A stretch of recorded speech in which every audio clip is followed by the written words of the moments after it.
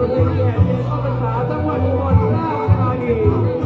เวลคัมทูเดอะอุบลราชธานีแคนเดอร์เฟสติวัลพาเลท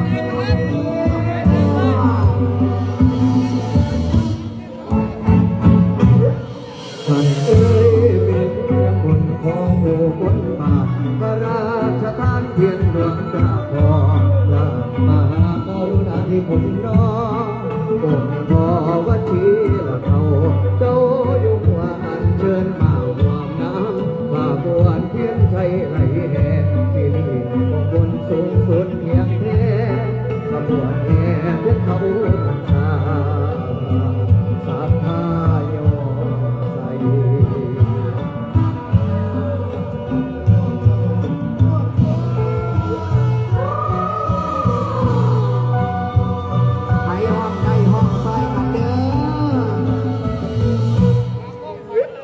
เป็นบุญยิ่งใหญ่ของไทยเมืองอุบลราชกรุณาพระขออุบลน้อมสาธุการสมเด็จพระกนิษฐา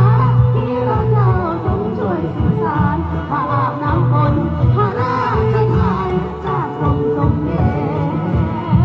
พระเท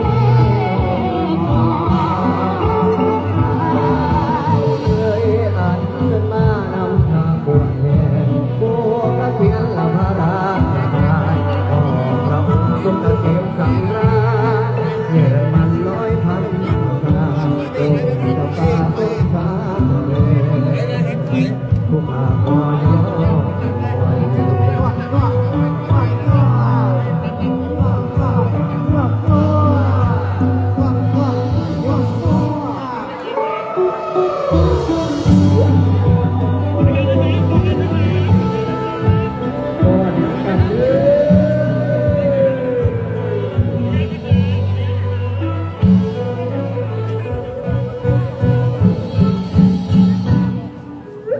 มาเจอกันเพื่อ